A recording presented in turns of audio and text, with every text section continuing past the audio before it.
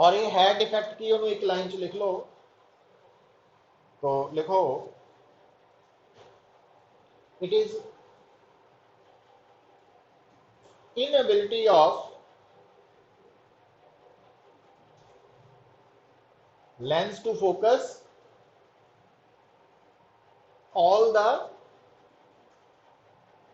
paraaxial and marginal rays at the same point, to focus all the paraaxial and marginal rays at the same point।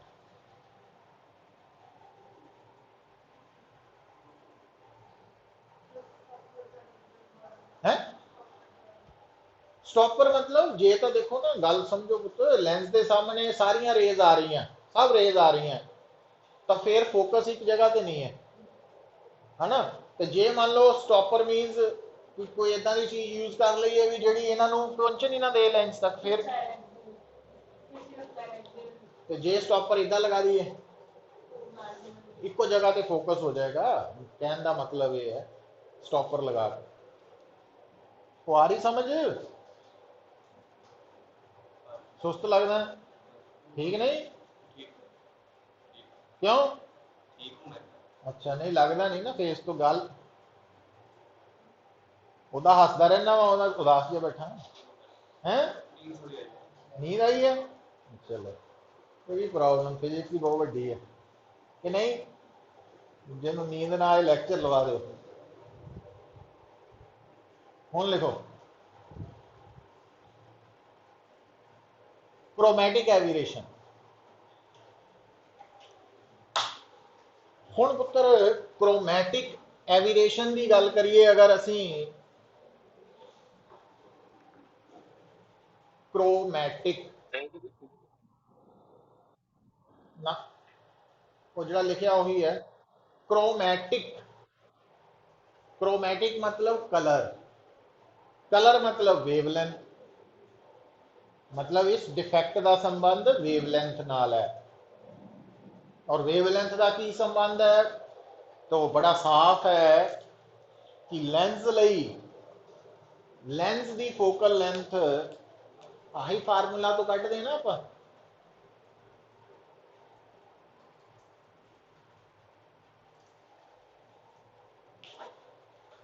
और ये गल बड़ी बार repeat कर चुके आप कि नहीं, कि रेड कलर लई लैम्डा मैक्सिमम कॉचिस फार्मूला के अकॉर्डिंगली फिर mu minimum 1/f minimum F,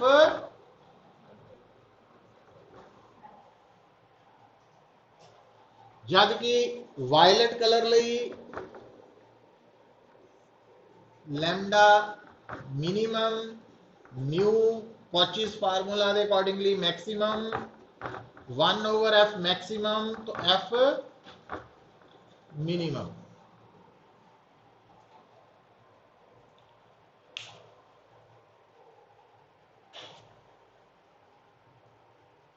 है ना?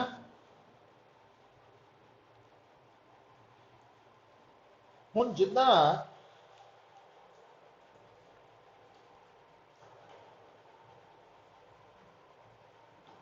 देखो बेटा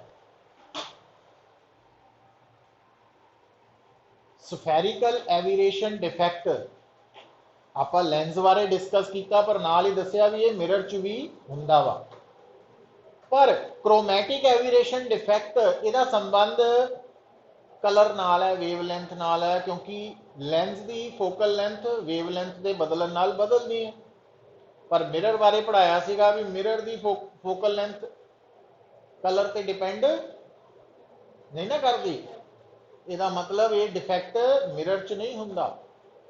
तो क्रोमैटिक एविरेशन डिफेक्ट सिर्फ लेंसेज नाल रिलेटेड डिफेक्ट है, तो ये मिरर च एग्जिस्ट नहीं करता। तो मिरर्स के केस च क्रोमैटिक एविरेशन डिफेक्ट नहीं हुंदा।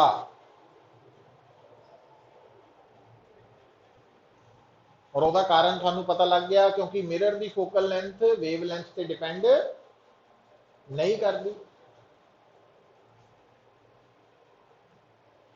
हुण पुत्र आ देखियो, हुण जे आपां इस डिफेक्ट नू समझना वा, तो आ मान लो थोड़ी वाइट लाइट है, तो आ फार्मूला की कह रहा कि अगर वाइट लाइट लेंस चो पास करेगी तो सारे कलर्स का फोकस इको जगह ते नहीं होना। वायलट ते रेड, तो आ वाला डिस्टेंस एफ वी है, तो आ वाला डिस्टेंस एफ आर है।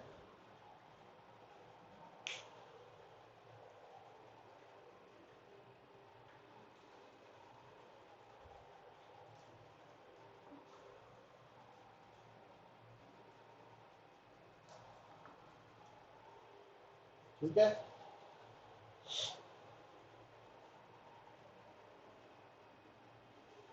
देखो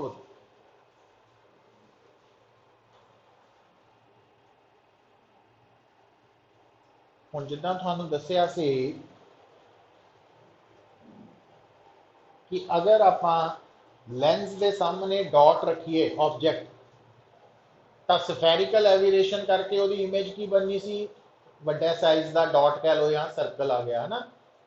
उदा ही ये समझने लई कि मान लो आपां एक कैमरा परचेज किया जिहदा लेंस, मतलब कैमरा सस्ता वा, सस्ते का मतलब उस लेंस दे विच क्रोमैटिक एविरेशन डिफेक्ट है। उहदे नाल की होना कि जे मान लो आपां किसी वाइट डॉट की फोटो खिंचते हैं, तो वो जी इमेज आनी है ना, वो कॉन्सेंट्रिक सर्कल्स बने होने हैं, कॉन्सेंट्रिक सर्कल्स बने होने हैं, और वो सर्कल्स किहड़े किहड़े होने हैं, सेंटर पे होना वायलट, फिर वो आले दुआले इंडिगो, फिर ब्लू दी, मतलब डिफरेंट कलर्स होने हैं। और कई बार मतलब अजकल तो चलो सारे कैमराज असी मोबाइल च यूज़ करते हैं ना, कई बार मार्केट सस्ते कैमराज मिलते थे अज तो 10-15 साल पहला सैपरेट ले जाते थे ना, तो वो बंदे ने फोटो खिंची है वो जिन्हें चिट्टे कपड़े पाए हैं, तो जो फोटो डिवेलप कराते सी ना, तो अलग अलग जगह पर कलर डॉट्स आ जाते थे, तो मतलब वो डिफेक्ट है उस कैमरे दे विच। तो हुण ये जिहड़ा क्रोमैटिक एविरेशन डिफेक्ट है, जिथे भी सिंगल लेंस यूज होएगा ना उत्थे होना ही होना, परमानेंटली ये फीचर है। इसका मतलब इस डिफेक्ट नू खत्म करने लई की कीता जांदा, दो लेंसेज का कॉम्बीनेशन यूज किया जाता है। और आप देखिया भी दो लेंसेज का कॉम्बीनेशन जिहड़ा वा ओदी इक्विवेलेंट फोकल लेंथ 1/f कितना कड्ढी जाती है, 1/f1 प्लस 1/f2 तो कड्ढी जाती है ना। अच्छा, पर हुण उत्थे तक पहुंचण तो पहला देखो, सब तो पहला आपां की लिखिए कि जिहड़ा तुहाडा लेंस है ਉਹਦੇ ਵਿੱਚ F V minus F R, इस डिफरेंस ਨੂੰ ਅਸੀਂ longitudinal L stands for longitudinal chromatic aberration LCA कह देते हैं। और ये वैल्यू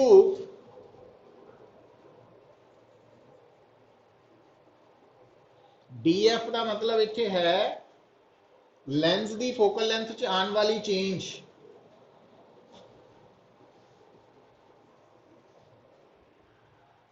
BF का मतलब है फोकल लेंथ दे विच आने वाली चेंज कलर दे वेवलेंथ के बदलन नाल, वेवलेंथ के डिफरेंट होने नाल फोकल लेंथ जी चेंज आ रही है वो DF है।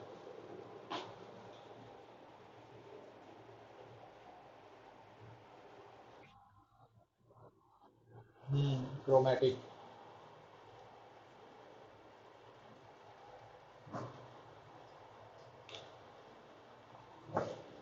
हुण मान लो साडे कोल एक सिंगल लेंस है, जिहड़ा सिंगल लेंस है ਉਹਦੀ focal length lens makers formula के अकॉर्डिंगली आया। हुण जिहड़ा गिवन लेंस है ਉਹਦੀ R1 R2 ਦਾ फिक्स है, R1 R2 च कोई फर्क नहीं है, वो फिक्स है। पर जदों डिफरेंट कलर्स यूज करांगे तो लैम्डा के बदलन नाल म्यू बदलेगा, म्यू के नाल एफ बदलेगा। इसका मतलब इस फार्मूला च म्यू और एफ वेरीएबल्स है। तो आप की करना इनू डिफरेंशिएटिंग बोथ साइड्स, इनू डिफरेंशिएट करें तो 1/f बन जाना minus D F by F square. तो आ जी टर्म है ये तो कॉन्स्टेंट ही है, बुत इनू नहीं कुछ करना, आप ये तो कॉन्स्टेंट है। तो इनू डिफरेंशिएट करो, ये बन जाना यही बनो, क्योंकि आ टर्म तो कांस्टेंट है, सिर्फ इन्हें डिफरेंशिएट होना। यू वी फार्मूला आ यू है, आ वी है, वी कांस्टेंट है, तो कला यू ही डिफरेंशिएट होना। अच्छा हुण आ फार्मूला की बन गया पुत्र, minus D F by F square is equal to आही बन गया।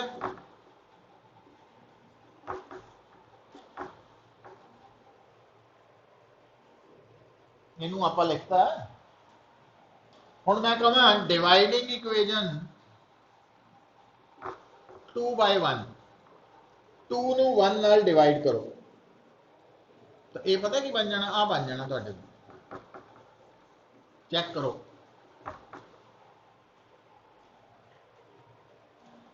टू नू 1 नाल डिवाइड करो,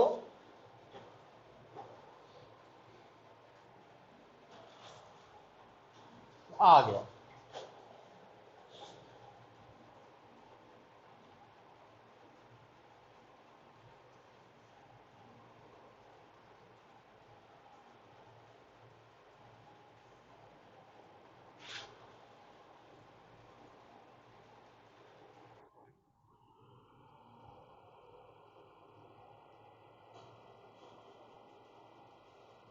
हुण पुत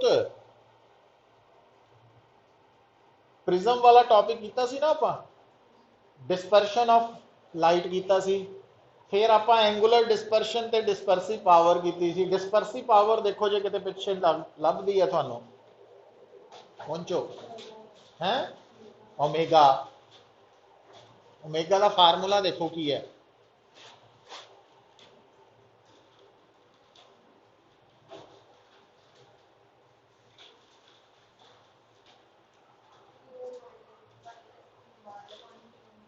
-1। पर लास्ट एक लिखा नहीं सी, D mu over mu minus लिखा सी ना, बस इन्नी गल। एदा मतलब आ पता कौन है, ये लेंस दी डिस्पर्सिव पावर है। और ये मैं गल तुहानूं पहले ही समझा चुका भी, लेंस आप मान सकते हैं बहुत सारे प्रिजम्स नूं जोड़ के बनया होया, बनाया नहीं सी है कट के। तो ਇਹਦਾ मतलब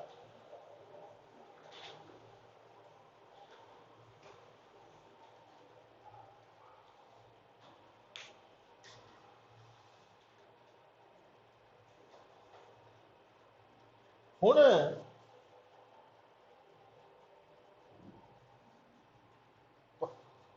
longitudinal chromatic aberration minus D F है, तो माइनस डी एफ की वैल्यू ओमेगा एफ आ रही है।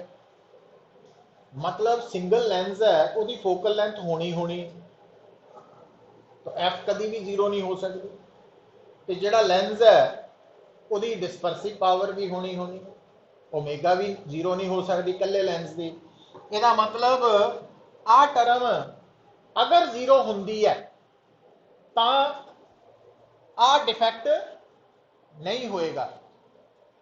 मतलब आ वाला डिफेक्ट जीरो होने का मतलब है आ गैप की हो जाए जीरो, मतलब आ जीरो हो जाए। तो आ जीरो कल्ले लेंस लिए तो पॉसिबल नहीं है। मतलब कल्ला लेंस जिहड़ा वा वो हमेशा क्रोमैटिक एविरेशन पोजैस करेगा ही करेगा। पर सानू पता लग गई भी एक लेंस की जिहड़ी लॉन्गिट्यूडनल क्रोमैटिक एविरेशन है वो ओमेगा एफ के बराबर है। हुण इनू खत्म किद्दां करना, तो लिख लो हैडिंग दिस डिफेक्ट है, ये नाल ही कॉन्टिन्यूएशन जी ये जिहड़ा डिफेक्ट है क्रोमैटिक एविरेशन, ये है कि पहला ये बारे लिख लो। क्रोमैटिक एविरेशन बेसिकली की है inability of lens to focus, inability of lens to focus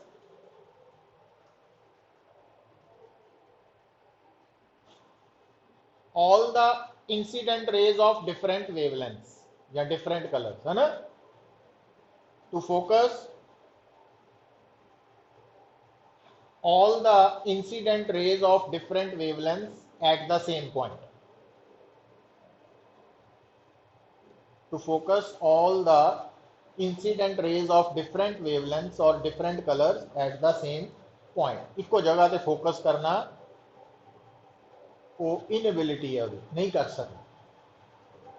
अच्छा, तो अगली लाइन च लिखो this defect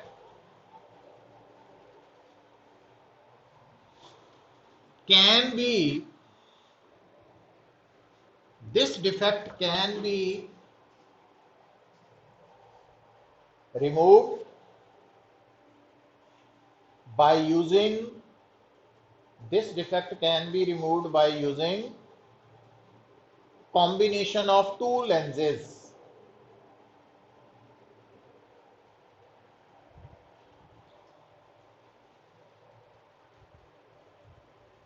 this combination is called achromatic, achromatic, and this process is called achromatism, this process is called achromatism, achromatism, TISM, ठीक है, एक्रोमैटिज्म। अच्छा, हुण एक्रोमैटिज्म दे विच दो लैंसेस दा कॉम्बीनेशन है, इहदा मतलब इफेक्टिव फोकल लेंथ इदां ही आऊ, पर सानू तां DF की चाहिदा, DF किहदे च 0 चाहिदा, इक्विवेलेंट वाला। हाँ हुण इधर देखो, हुण गल नूं सुनियो, हुण तो हुण दो लैंसेस जिहड़े कॉम्बीनेशन च है, एक दी फोकल लेंथ f1 मान ली, एक दी f2, हाले सानू कुछ नहीं पता भी कौन की है, तो इक्विवेलेंट फोकल लेंथ आ गई। हुण आपां इहनूं डिफरेंशिएट करन लगे both sides, minus df by f square is equal to minus df1 over f1 square minus df2 over, आ हो गया। हुण जदों ये हो गया पुत्र, तो क्योंकि ये केड़ा कॉम्बिनेशन है जिहदे च क्रोमैटिक इफेक्ट नहीं हो रहा, तो इसका मतलब DF की चाहिए ताई एक्रोमैटिज्म होएगा, फाइनल रिजल्ट DF होई ना, therefore minus DF1 over F1 square is equal to, पता लगा ये कित्थों आया, आ गया। अच्छा, पर आप तो प्रूव कर चुके हैं माइनस DF की हुंदा, इतना ही हो गया, इज इक्वल टू इतना ही हो, क्योंकि DF की वैल्यू माइनस DF की वैल्यू ओमेगा एफ होंगी है ना,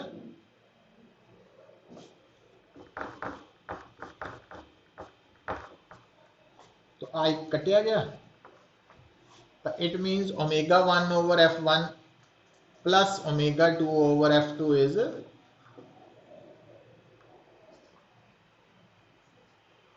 ठीक है। तो अगर तुसी चाहते हैं कि क्रोमैटिक एविरेशन डिफेक्ट ना होए, तो थानू दो लेंसेज का कॉम्बीनेशन यूज करना पैना, और पहले लेंस की ओमेगा 1 ते F1 की रेशो, दूजे लेंस की ओमेगा 2 ते F2 की रेशो बराबर होनी, मतलब सम 0 होना चाहिए। और हुण इस गल नूं इहनूं आपां कई कई अलग अलग तरीके नाल वरत सकते हैं। वो की है पुत्र भी, अगर आपां इहनूं इदां देखीए तो आ नैगेटिव साइन पता की कहता है, कहता भी F1 और F2 की नेचर, मतलब अगर एक कन्वैक्स है तो दूजा कनकेव चाहिए कॉम्बीनेशन। तो जिहड़ा एक्रोमैटिज्म है उहदे च दो तरह के लैंसेज होंगे, एक कन्वैक्स एक कनकेव। और अगली इंटरेस्टिंग गल देखो,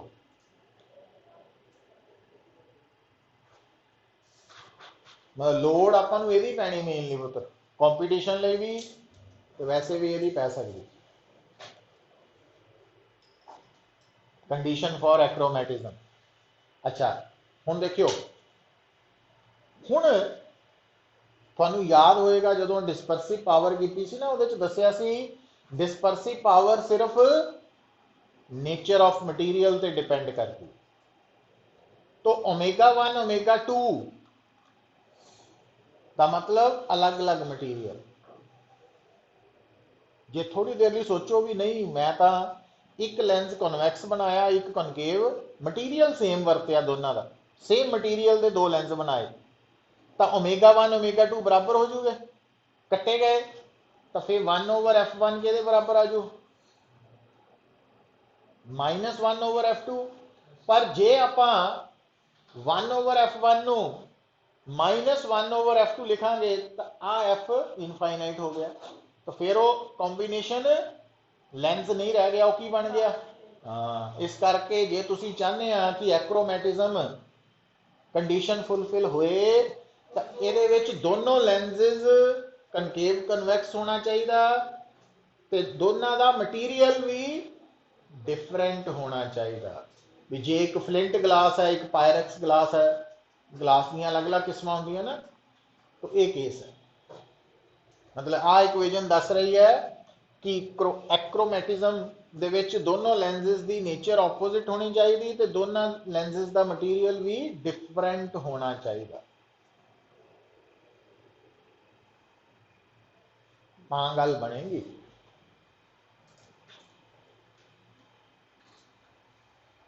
ठीक है, कितना टाइम हो गया? 25 ऊपर हो गया टाइम।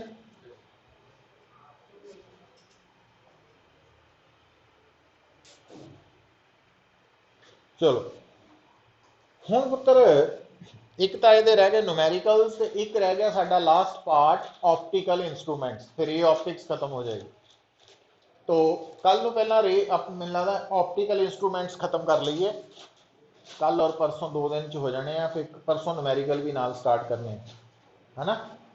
तो जिहड़ा हुण अज वाला पोर्शन है ये ज़्यादातर कंसैप्चुअल प्रॉब्लम्स से न्यूमेरिकल्स लिए ज़्यादा इंपॉर्टेंट है कंडीशन, बट जिहड़ा कल करना वो थ्योरी इंपॉर्टेंट होगी। तो पिछले लगभग सारे आर्टिकल्स हो चुके हैं तुहाडे जिहड़े तुसी टेस्ट दे शॉर्ट टेस्ट।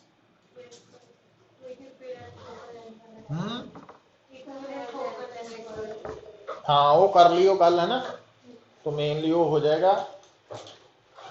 तो नाल ना इदा भी कोशिश करो हुण, क्योंकि सैप्टेंबर दे विच तुहाडे सारियां दे एग्जाम्स होने हैं,